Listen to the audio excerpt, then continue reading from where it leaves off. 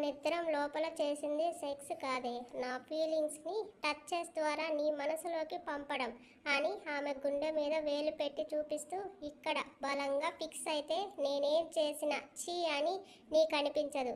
నా నుంచి ఇంకా ఇంకా ఏదో కావాలి అని ఆరాటపడతావు, ఆశపడతావు, ఎదురు చూస్తావు. అలాగే నేను చేసే ప్రతి పనికి నువ్వు రియాక్ట్ అయ్యే విధానాన్ని బట్టి నిన్ను ఇంకా ఇంకా సాటిస్ఫై చేయాలి అనిపిస్తుంది. నా టచ్ కోసం నువ్వు వెంపర్లాడేలా నిన్ను మెల్ట్ చేయాలి, ముద్దు చేయాలి అనిపిస్తుంది. దీనికి పేరు కామం అనుకుంటే చీ అనుకో. లేదు, ఇది మన ఇద్దరి మధ్య బంధాన్ని స్ట్రాంగ్గా బిల్డ్ చేస్తుంది.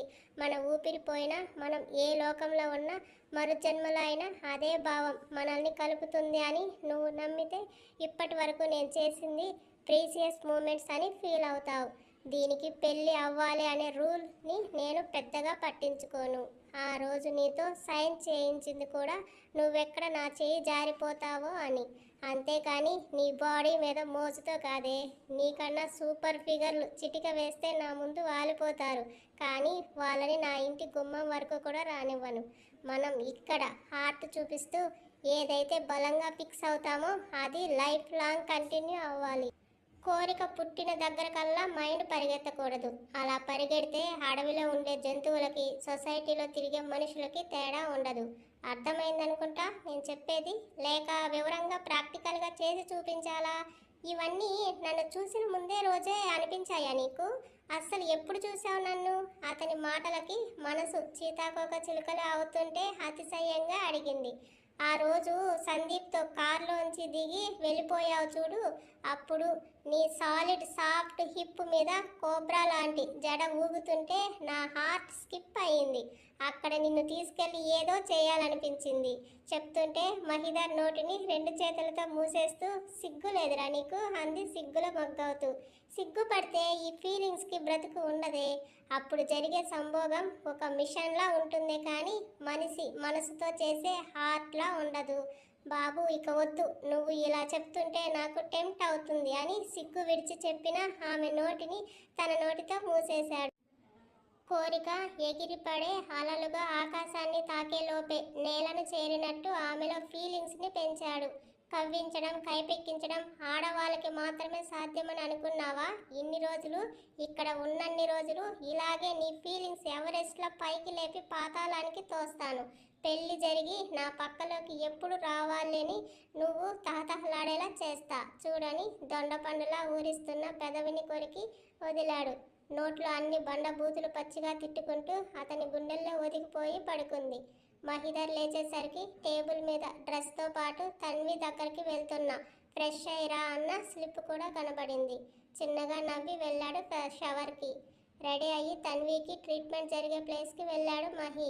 అప్పటికే ఆయుర్వేద వైద్యుడు లేడీ అసిస్టెంట్తో ఆకుపసర్లు, వనమూలిక తైలంతో ఎలాంటి ప్రెజర్ ఇస్తూ మర్దన చేయాలో వివరిస్తుంటే పక్కనే ఉన్న ఉదయ్ చేతిని గట్టిగా పట్టుకున్న తన్వి, భయంగా ఉంది ఉదయ్ అంది. భయపడితే ఎలా తన్వి, కాస్త ఓర్చుకో. నీకు పెయిన్ తెలిస్తే వెంటనే చెప్పు, నేను నీ పక్కనే ఉంటాను అని బుజ్జగింపుగా చెప్తున్నా దీనంతటికి కారణం తనే అన్న గిల్టీనెస్ మించిన బాధ అతనిలో. మహిదర్ వచ్చాడు, డాక్టర్తో మాట్లాడుతున్నాడు. అప్పటికే తన్వి పాత రిపోర్ట్స్ చూసిన డాక్టర్లు ఆమె పడటం వల్ల బోన్స్ క్రాక్ అయ్యి సెట్ అవ్వక కాళ్ళలో సత్తువ లేక నడవలేకపోతుంది, కానీ పూర్తిగా చచ్చుబడలేదని నిర్ధారణకి వచ్చి అదే విషయం చెప్పారు. మా ప్రయత్నం మేము చేస్తాం, మీరు ధైర్యంగా ఉండండి అని చెప్పి తన్విని థెరపీ రూమ్లోకి తీసుకెళ్తుంటే ఒక్కటే వెళ్ళను అంది తను. అప్పటికే ఇంగ్లీష్ మందులతో గత 3 ఏళ్లుగా విసిగిపోవడమే కాకుండా తీవ్రమైన బాధని, నొప్పిని అనుభవిస్తున్న తన్వికి ఇప్పుడు మళ్ళీ ఇక్కడ ఏం చేస్తారో అన్న భయం. వైష్ణవి తన్వి చేయి పట్టుకుని, అన్నయ్యతో నువ్వు 7 అడుగులు కలిసి వేయాలని ఉందా లేదా తన్వి అంది. ఉందని కన్నీళ్లతో తలాడించింది. నీకు మేమంతా తోడుగా ఉన్నాం, ఏమీ అవ్వదు, ప్రశాంతంగా ఉండని ధైర్యం చెప్పి నువ్వు త్వరగా కోలుకుంటే అందరం ట్రెక్కింగ్ వెళ్దాం సరేనా అంటూ తనలో ధైర్యం నింపి ట్రీట్మెంట్కి సహకరించేలా మోటివ్ చేసి పంపించి బయటకు వచ్చింది. మహిదర్ తన ట్రీట్మెంట్ కోసం వెళ్తుంటే ఉదయ్ అక్కడే ఉంటానని అనడంతో వెళ్ళింది తనతో. అతనికి కూడా అన్ని టెస్టులు చేశాక హెడ్కి సంబంధించిన విషయం అవ్వడంతో బ్రీఫ్గా మాట్లాడుతూ అన్నీ అడుగుతున్నారు డాక్టర్. అది కాస్త తగ్గేలా చేయండి అంటున్న వైష్ణవిని ఉరిమి చూశాడు. డాక్టర్ చిన్నగా నవ్వి, అది పుట్టుకతో వస్తే పోవడం కష్టం తల్లి. కోపంలోనే నిజమైన ప్రేమ ఉంటుందని తెలియదా అన్నారు. కోపం క్రాస్ చేసి మార్స్లోకి పోతే కష్టం కదా సార్ అంది అమాయకంగా. Vaishu calm down. చూసారా సార్, కొట్టేలా ఎలా చూస్తున్నాడో. చూపులతోనే చంపేస్తాడు ఒక్కోసారి. ఏంటి మహిదర్ గారు, మీ వైఫ్ కంప్లైంట్ చేస్తుంది మీ మీద. తను నా వైఫ్ కాదు, లివ్ ఇన్ రిలేషన్లో ఉన్నాం అన్నాడు. అవాకైంది వైష్ణవి. సరే, మీరు బయటకు వెళ్ళండి, 1 అవర్ పైన పడుతుంది.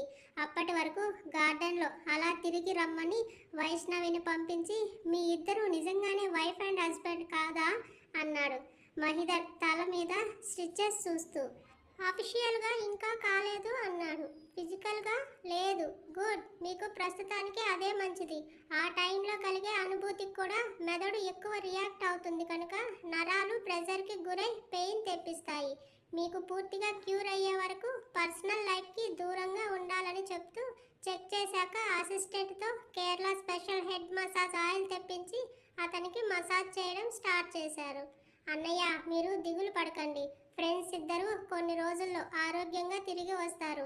మన నలుగురం ఎక్కడికైనా వెకేషన్కి వెళ్ళి హ్యాపీగా ఎంజాయ్ చేసి వద్దాం. దిగులుగా ఉన్న ఉదయ్ చేతిలో చెయ్యి వేసి చెప్పింది వైష్ణవి. వాళ్ళిద్దరూ ఇప్పుడు ఈ బాధని అనుభవించడానికి కారణం నేనే వైష్ణవి. నా వల్లే ఆరోగ్యంగా ఉన్న వాళ్ళకి ఈ గతి పట్టింది. ప్రేమించానని తన్వి వెంటపడి అనుమానించి తన జీవితంలో 3 ఏళ్ళు నరకాన్ని పంపిస్తే పైశాచికత్వంతో మహిదార్కి నీకు యాక్సిడెంట్ చేశాను. ఇంత చేసిన నన్ను వాళ్ళు ఒక్క మాట కూడా అనలేదు. పైగా ప్రేమగా చూసుకుంటున్నారు. అలాంటి వాళ్లకు ఈ దుస్థితిని కల్పించిన నేను నిజంగా ఎంత శిక్ష అనుభవిస్తే ఈ పాపం పోతుంది. తప్పులు అందరూ చేస్తారన్నయ్య, వాటిని సరిదిద్దుకున్నవాడే మనిషి. మీరు తెలుసుకున్నారు. ఇప్పుడు తన్వికి తోడుగా అండగా ఉంటున్నారు. ఈ తోడుని ఊపిరిపోయే వరకు వదలకుండా ఉంటే అదే మీరు చేసే మేలు. పదండి, అలా గార్డెన్లోకి వెళ్దాం అని కాసేపు కూర్చొని క్యాంటీన్ టీ తాగడానికి వెళ్ళారు. 2 గంటల తర్వాత ఫస్ట్ రోజే ట్రీట్మెంట్ చాలా పెయిన్ఫుల్గా అనిపించి తన్వి నీరసంగా అనిపించడంతో తనని రూమ్లోకి తీసుకువెళ్ళిన ఉదయ్ ఆమె ప్రతి అవసరాన్ని అతనే చూసుకుంటున్నాడు. అతను ప్రేమగా చేసే సేవలకి ఆ నొప్పి కూడా తెలియలేదు ఆమెకు. దెబ్బ తగిలినప్పటి నుంచి సరిగా పట్టించుకొని మహిదర్కి ఫస్ట్ ట్రీట్మెంట్ నరకంగా తోచింది. తలంతా రాయితో మొద్దినట్టుగా అనిపిస్తుంటే గదిలోకి రాగానే బెడ్ మీద బోర్లా పడిపోయాడు. అతన్ని షర్ట్ రిమూవ్ చేసి నర్స్ ఇచ్చిన హాట్ ఆయిల్ని వీపు మీద పోసి ప్రెషర్ ఇస్తూ మసాజ్ చేస్తుంటే పెయిన్గా ఉందే అన్నాడు. ఆమె కళ్ళలో నీళ్లు ఉపికి అతని వీపు మీద జారగా, ఏడ్చావంటే కొడతా. అసలే మార్నింగ్ మాట్లాడిన దానికి బాకీ పడ్డావు. అన్నీ కలిపి తీసుకుంటే సచ్చి ఊరుకుంటావు అన్నాడు. ఇంత పెయిన్లో కూడా నా మీద శాడీజాన్ని మర్చిపోవే అంది గొనుగుతూ. తమ్ముడే పేకాటే అని వైష్ణవిని పక్కకి లాక్కొని ఇద్దరం కలిసి ఆయిల్ మసాజ్ చేసుకుందామా అన్నాడు కన్ను కొడుతూ. కొట్టినా అంటే కన్ను లొట్టబడుతుంది శాడిస్ట్. అరే, ఆ ఫేస్ చూడు, ఎర్రగా చెర్రీ పండులా అయ్యింది. అంత నొప్పి భరిస్తూ కూడా రొమాన్స్ కావాలా నీకని వెట్ క్లాత్ వార్మ్ వాటర్ తీసుకొచ్చి మహి బాడీ తుడిచి డ్రెస్ చేంజ్ చేసి వచ్చిన ఫుడ్ తినిపించి అక్కడ ఇచ్చే ఔషధ గుళికలు ఇచ్చింది. అబ్బా, చేదుగా ఉందే అన్నాడు మొహం వికారంగా పెట్టుకుని. ఇదిగో, ఇది జ్యూస్ తాగు అని టీ స్పూన్ పోమోగ్రానైట్ జ్యూస్ ఇస్తుంటే వద్దు అంటూ వైష్ణవి తీయని పెదాలను అందుకుని చాక్లెట్లా సప్పరించాడు. శాడిస్టోడా, చేదుగా ఉంది వదులు అని గింజుకుంటుంటే నాకు స్వీట్ క్యారమెల్లా ఉందే అని ఇష్టంగా చాలాసేపు ముద్దాడి ఆమె గుండెల మీద నిద్రపోయాడు. బొగ్గ మీద జారిన నీటిని తుడుచుకుని మహి తల కింద పిల్లో పెట్టి ఫ్రెష్ అవ్వడానికి వెళ్ళింది. మళ్ళీ సాయంత్రం సెషన్కి ఇద్దరు ట్రీట్మెంట్కి హాజరయ్యారు. ఇలా ట్రీట్మెంట్ మీదనే పూర్తి కాన్సన్ట్రేషన్తో పచ్చటి వాతావరణం, ప్రశాంతమైన గాలికి త్వరగా కోలుకున్నారు మహిదర్ తన్వి. ఈ ప్రాసెస్లో తన్వి ఉదయ్ బంధం బలపడితే మహిదర్ వైష్ణవి ఫెవికాల్ కూడా వేస్ట్ అన్నంత దగ్గర అయ్యారు. ఫైనల్గా నలుగురి బంధం స్నేహం, సోదర బంధం కంటే ఎక్కువగా పెరిగింది. దాదాపు 2 నెలల తర్వాత కేరళలో పునర్జీవం పొందారు. తన్వి వెంటనే నడవడానికి లేకుండా స్టిక్స్ ఇచ్చారు. వీల్ చైర్ కాకుండా ఇలా స్టిక్స్తో కొన్ని రోజులు నడిచి తర్వాత అవి కూడా లేకుండా నడిస్తే 1 ఇయర్లో తాను ఎప్పట్లో నడుస్తుందని చెప్పడంతో ఇంటికి బయలుదేరారు. మహిధర్కి కూడా పూర్తిగా క్యూర్ అయ్యింది. మహి డబుల్ త్రిబుల్ ఎనర్జీ చూస్తున్న వైష్ణవికి వణుకు మొదలైంది. అప్పుడప్పుడు వచ్చి మళ్ళీ చెక్ చేయించుకోవాలని చెప్పడంతో సరే అన్నారు. Come on Tanvi, you can do it, Jamuna Jayadev గారు అరుస్తుంటే హుషారుగా వినబడుతున్న మోటివేషన్కి ఒక్కో అడుగు వేయడానికి సాయశక్తులా ప్రయత్నిస్తున్న తన్వి అతి కష్టంగా అడుగు వేసి బ్యాలెన్స్ తప్పేంతలో పట్టుకున్నాడు కార్ దిగి వచ్చిన మహి. గుడ్ గర్ల్ అని తన తల నిమిరి చెయ్యి పట్టుకుని కాసేపు గార్డెన్లో వాకింగ్ చేయించి లోనికి తీసుకెళ్లి మేడ్ తెచ్చిన ఆరెంజ్ జ్యూస్ అందించాడు. నేనింకా సరిగా నడవనే లేదు. అమ్మా నాన్న ఏమో అప్పుడే నిశ్చితార్థానికి ముహూర్తం కూడా పెట్టించుకొచ్చారు. ఫంక్షన్లో నిలబడకపోతే బాగోదు మహి, బాధగా దిగులుగా అంది తన్వి. నిల్చోవడం ఎందుకురా, దర్జాగా చైర్లో కూర్చుందు అని ఉదయ్కి కాల్ చేసి అయ్యిందా పని అంతా అని అడిగాడు. ఆల్మోస్ట్ కంప్లీట్ అయింది మహి, ఇక ఫర్నిచర్కి మాలిష్ చేయాలి. 2 డేస్లో అది కూడా అయిపోతుందని చెప్పి ఎప్పుడు వచ్చావు, ఏం చేస్తుంది నీ ఫ్రెండ్ అన్నాడు డోర్స్ లాక్ చేసుకుని వస్తూ. ఇప్పుడే వచ్చాను. తానేమో వాకింగ్ అయ్యి ఇంట్లోకి వచ్చి రిలాక్స్ అవుతుంది. ఎంగేజ్మెంట్ టైంకి నడవగలనా అని కంగారు పడుతుంది. నువ్వు వస్తే మీ భార్యకు చెప్పు, నేను నా పిల్ల దగ్గరికి వెళ్ళాలి. అసలే 1 మంత్ అయింది దాన్ని చూసి అన్నాడు. నేనేమైనా అమెరికాలోనా ఉన్నాను, పక్క ఇల్లే కదా అంటూ గేట్ తీసుకుని లోనికి వచ్చాడు ఉదయ్. మహి 1 మంత్ యూకే వెళ్ళి అక్కడ సందీప్ గాడిని చక్కగా సెల్లో తోసి యావజ్జీవ కారాగార శిక్షని గిఫ్ట్ చేసి అక్కడ ఉన్న ఆఫీస్ బ్రాంచ్ మెయింటైన్ చేయడానికి మేనేజర్ని స్టాఫ్ని అలర్ట్ చేసి వచ్చేసరికి ఆ టైం పట్టింది. కేరళ నుంచి వచ్చాక తన్వి కాస్త కోలుకున్నాక ఎంగేజ్మెంట్, ఆ తర్వాత 2 పెళ్ళిళ్ళు ఒకేసారి చేయాలని మాట్లాడుకున్నారు పెద్దవాళ్ళు. తన్వికి మహిధర్ ఫ్యామిలీ తప్ప ఎవ్వరూ లేరు.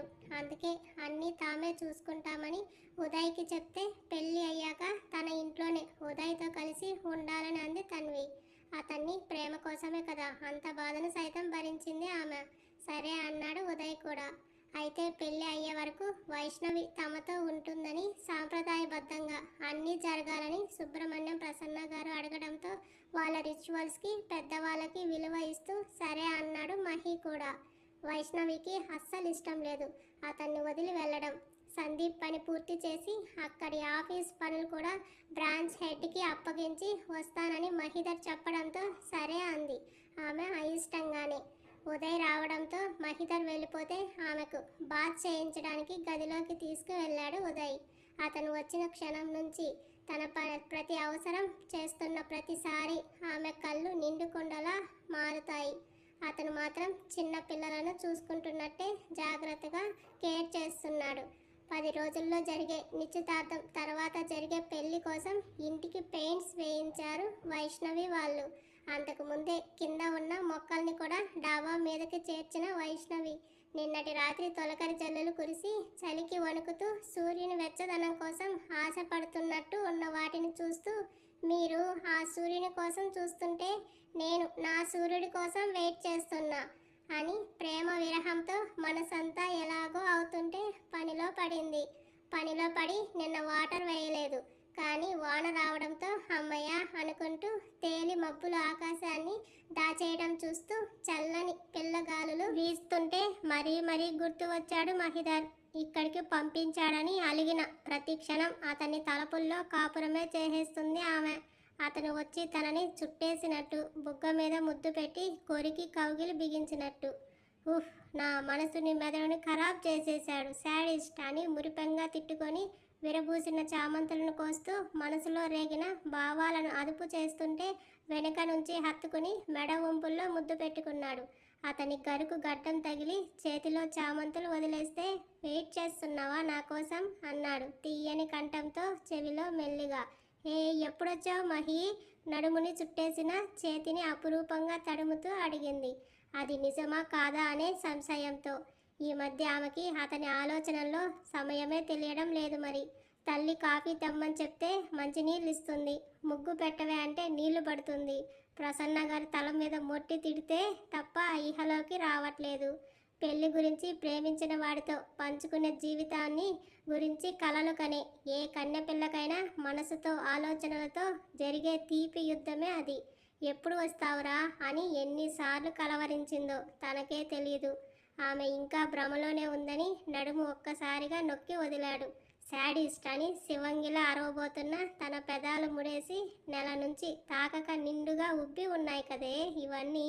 తేనెలొలికి అదరాలని పంటితో కొరుకుతూ కొంచెం కొంచెంగా జుర్రుకోవడం మొదలుపెట్టాడు. మహీని అతని టచ్ని, ముఖ్యంగా అతని దూరాన్ని బాగా మిస్ అయిన వైష్ణవి కూడా ఇష్టంగా అతన్ని ముద్దాడుతుంటే మనోడికి ఫుల్ ఖుషీతో దిల్ తీన్మా డ్యాన్స్ వేసింది. నా బేబీ ఎంత మిస్ అయ్యావే అనుకుంటూ నాలుకతో నాలుకను ముడేసి అక్కడ మంచు తమని ఎవ్వరికి కనబడనివ్వదని తెలిసిన ప్రైవసీ కావాలి కనుక రేకుల కిందకు తనను ఎత్తుకెళ్ళి ఆమె పెదాలు లాలీపాప్లా చప్పరిస్తుంటే మహిదర్ మెడను చుట్టేసి భారం అవుతున్న ఊపిరికి ఉక్కిరి బిక్కిరి అవుతుంటే అప్పటికి వదలాలని అనిపించకపోయినా ఆమె పైకి పోతుందని కష్టంగా వదిలి చంపలు ముద్దాడుతూ నిజంగానే ఇంత మిస్ అయ్యావా నన్ను అని అడిగాడు. బేబీ లేదు గోబీ లేదు, వచ్చి రాగానే నీకు కావాల్సింది తీసుకున్నాగా నేను అలిగే ఛాన్స్ ఇవ్వకుండా పో అంది నెడుతూ. అలిగి ఏం చేస్తావే పంక్స్ని సర్చ్ చేస్తుంటే అన్నాడు. అరే ప్రతి అమ్మాయికి ఒక్కో ఫ్యాంటసీ ఉంటుంది సార్. అలిగితే హబ్బీ బుజ్జగించాలని, ఏం కావాలో చెప్పకుండానే తెలుసుకోవాలని, ప్యాంపర్ చేసి గోరు ముద్దలు తినిపించాలని. ఓ అవన్నీ నువ్వు కూడా ఎక్స్పెక్ట్ చేస్తున్నావైతే కూల్ వాయిస్తో అంటుంటే అంత భాగ్యం నాకు ఉందా అనిపిస్తుంది. నువ్వు తాకగానే చేతబడి చేసిన దానిలా ఇలా వాలిపోయాను అంది. నీ ఏంటి ఆ పోలిక అని తలపై మొట్టి ఇప్పుడేంటి నువ్వు అలగాలి అంతే కదా. ఓకే మన పెళ్ళయి ఫస్ట్ నైట్ రూమ్లోకి నువ్వు వచ్చే వరకు నాతో మాట్లాడకు. వచ్చాక ఎలా బుజ్జగించాలో నాకు తెలుసు. వాట్ అన్ని రోజులా? ఆ మాత్రం లేకపోతే అలగడం ఎందుకంట? తూచ్ తొండి ఇది అన్యాయం, నేను ఒప్పుకోను. బట్ మహిదర్ ఫిక్స్ అయ్యాడు. నువ్వు అలగాలి, నేను బుజ్జగించాలి పద అంటూ అంతకన్నా ముందు అంటూ మరోసారి లిప్స్ అందుకొని గాఢంగా ముద్దు పెట్టుకొని ఆమె బాడీ షేక్ అయ్యే ప్లేసెస్లో టచ్చింగ్ ఇచ్చి ఫుల్గా మూడ్లోకి రప్పించి వదిలేశాడు. వేగంగా కొట్టుకుంటున్న గుండెను అదుపు చేసుకుంటూ యూ బీస్ట్ ఎందుకు ఇలా చేస్తావు అంది అరుస్తూ. అలగాలి అన్నావు కదా, కోపం రావాలి కదా అంటూ పద అన్నాడు.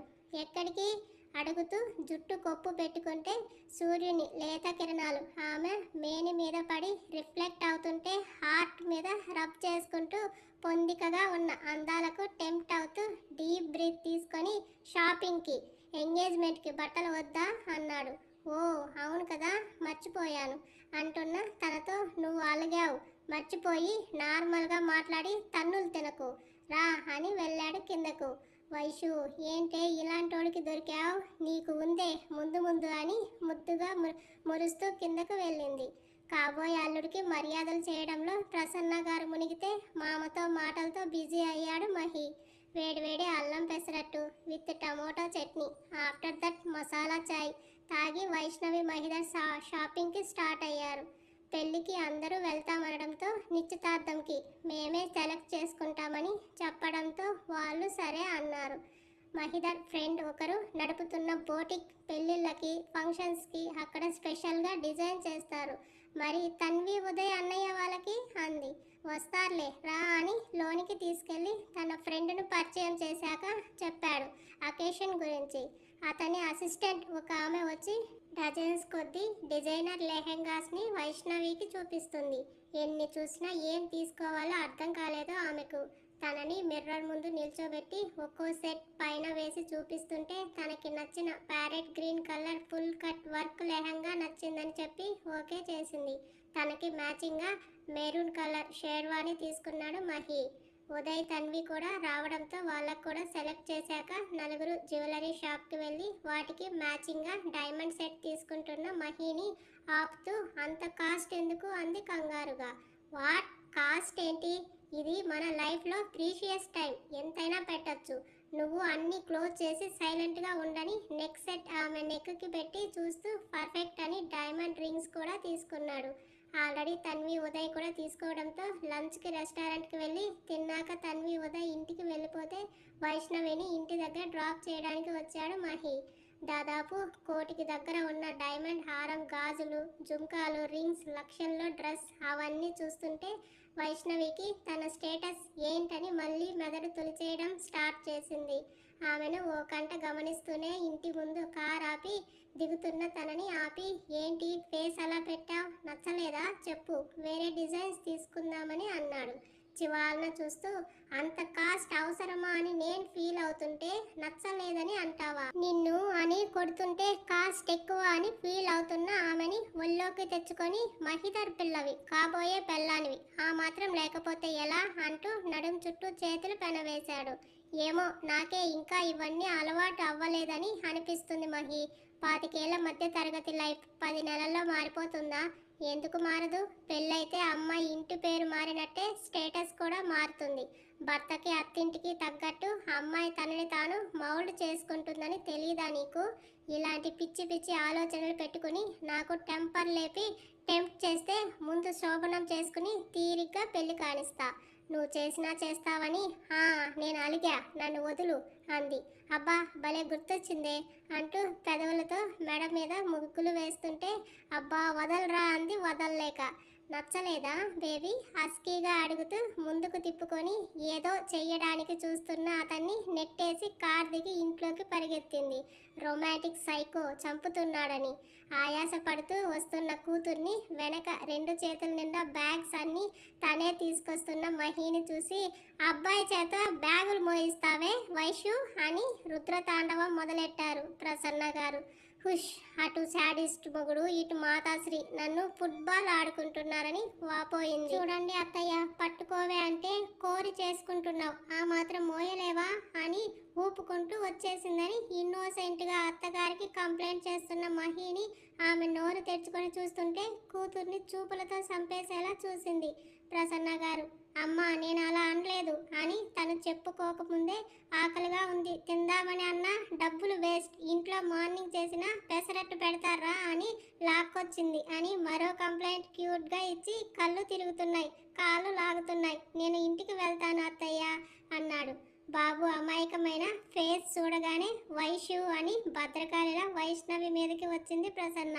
అమ్మ అంతా అబద్ధం నమ్మకు అని వైష్ణవి మొత్తుకుంటున్నా, అబ్బే అల్లుడు ముందు కూతురు జుజుబీ కదా మమ్మీస్కి, ఆబ్వియస్లీ అల్లుడు మాటే వింటారు కనుక వైష్ణవికి సహస్రనామం చదివి అబ్బాయికి చిన్న ఇబ్బంది కలిగిన తాట తీస్తా అని డెడ్లీ వార్నింగ్ ఇచ్చి అల్లుడికి జ్యూస్ ఇవ్వని చెప్పి చల్లగా తాగి కాసేపు అలా నడుం వాల్చు బాబు, వేడివేడిగా భోజనం రెడీ అవుతుందని గబగబా వంటింట్లోకి వెళ్ళింది. చెర్రీ పండులా ఉన్న వైష్ణవి మొహం చూసి నవ్వుతున్న మహిని ఉక్రోషంగా చూస్తున్న వైష్ణవి జ్యూస్ ఇస్తున్నట్టే ఇస్తూ షర్ట్ మీద వంపేసింది. కావాలని తన్నులు తినే వాళ్ళని ఎవరు మాత్రం కాపాడగలరని అత్తయ్యా అని రాగం ఎత్తాడు మహి. అంతే, ఆమె గుండె పొట్టలోకి జారింది. పనిలో ఉన్న ప్రసన్న గారికి అల్లుడు తీయని పిలుపు చెవిన చేరలేదని మరోసారి అత్తయ్య అని పిలవబోతున్న మహి చొక్కా పట్టుకొని బలాన్నంతా ఉపయోగించి గదిలోకి లాక్కెళ్ళింది. ఏంటే బెడ్రూమ్లోకి తీసుకొచ్చావు, మూడొచ్చిందా? కొంటిగా నవ్వుతూ ఒళ్ళు విరుస్తూ అడిగాడు. తమరిచ్చే షాకులకి మూడు కాదయ్యా మగడా, మైండే దుబ్బేలా ఉంది. చిచి రామరామ, నీతో చేరి నేను బూతులు మాట్లాడుతున్నానని లెంపలు వేసుకుంటున్న ఆమె చేతులు పట్టుకొని, ఇవి నేను ముద్దు పెట్టుకునే జున్ను మొక్కలు, కొట్టి కందిపోతే వాయి తీస్తా అన్నాడు గుర్రుగా చూస్తూ. ఏంటి ఎక్కువ చేస్తున్నావు? నేనా ఏం చేశాను? నువ్వు చేసిన పని మా అత్తగారికి చెప్తున్నాను. You know what, I'm a good student.